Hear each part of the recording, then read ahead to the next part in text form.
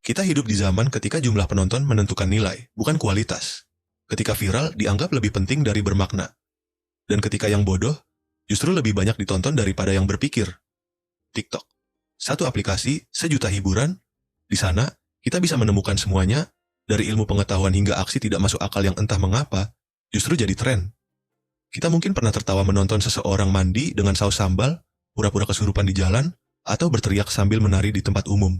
Tidak ada yang salah dengan tertawa. Tapi, pernahkah kita bertanya, kenapa video seperti itu bisa terus muncul di beranda kita? FYP atau For You page seharusnya mencerminkan apa yang kita suka.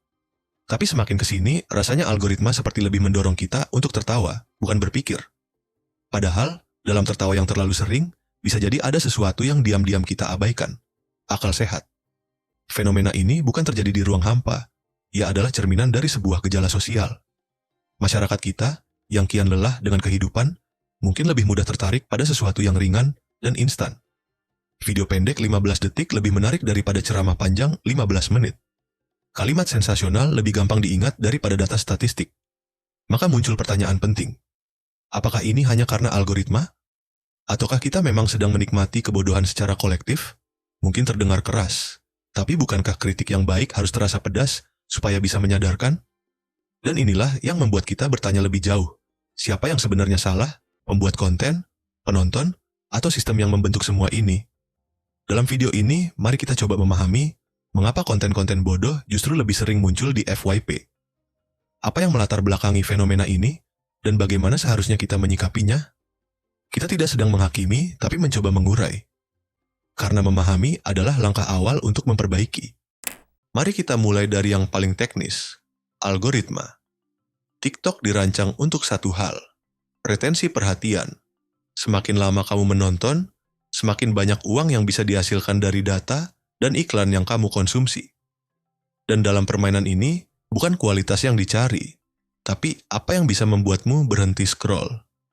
Dan ternyata, kebodohan itu efektif.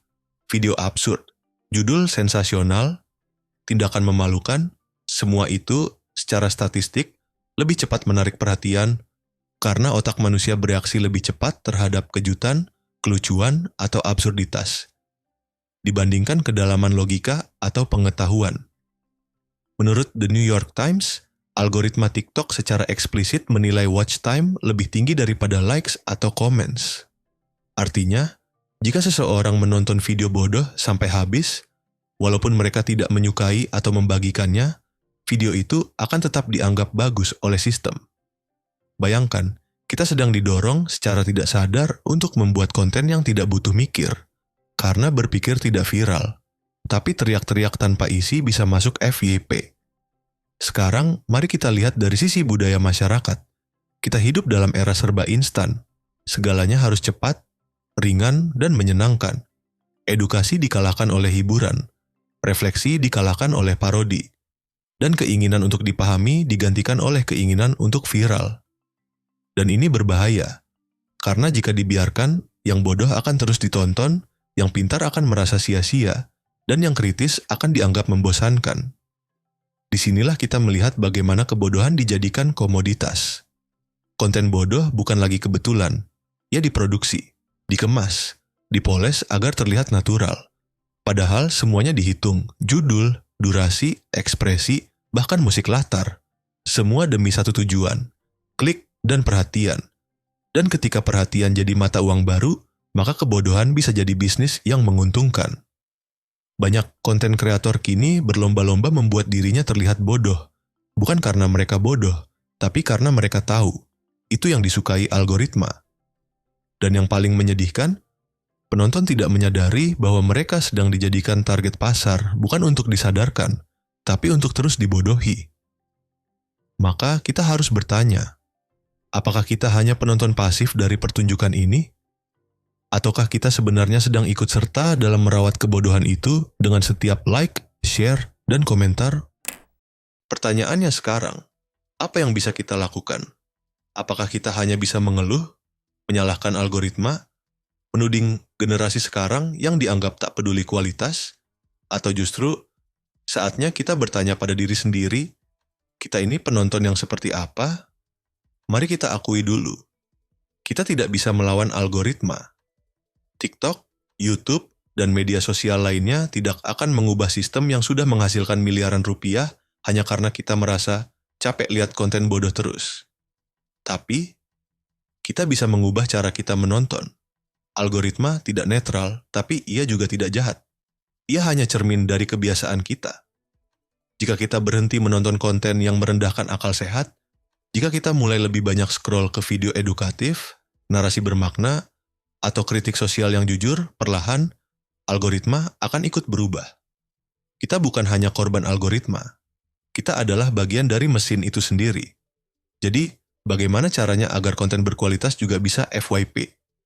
Jawabannya bukan hanya di kreator, tapi di penontonnya. Setiap kali kita menonton sampai habis video yang cerdas, menyukai, mengomentari, atau membagikannya, kita sedang memberi sinyal kuat bahwa konten seperti itu layak naik. Kita butuh lebih banyak yang berani mengisi ruang digital dengan konten yang merangsang pikiran, bukan sekadar menyulut emosi sesaat. Dan bagi para kreator, tak perlu ikut-ikutan membuat konten bodoh demi viral. Kepopuleran sesaat memang menggiurkan, tapi apakah kita akan bangga mengenang konten yang bahkan tidak sanggup kita tonton ulang? Berani berpikir adalah tindakan radikal. Di tengah banjir konten yang melenakan, berpikir menjadi pilihan yang langka. Maka tugas kita hari ini bukan sekadar membuat konten, tapi membangun audiens yang sadar. Sebab ketika semua orang ingin viral, yang kita butuhkan justru adalah mereka yang tetap waras. Yang tidak latah demi views. Yang tidak menjual prinsip demi like. Sebagaimana kata filsuf, di era kebisingan, diam yang penuh makna bisa lebih revolusioner daripada 1000 suara kosong. Dan video ini bukan ajakan untuk membenci konten receh, tapi undangan untuk lebih selektif memilih apa yang kita konsumsi. Karena apa yang kita tonton hari ini akan membentuk cara berpikir kita esok hari. Dan di dunia di mana semua orang ingin dilihat, mungkin tugas kita adalah tetap melihat dengan jernih.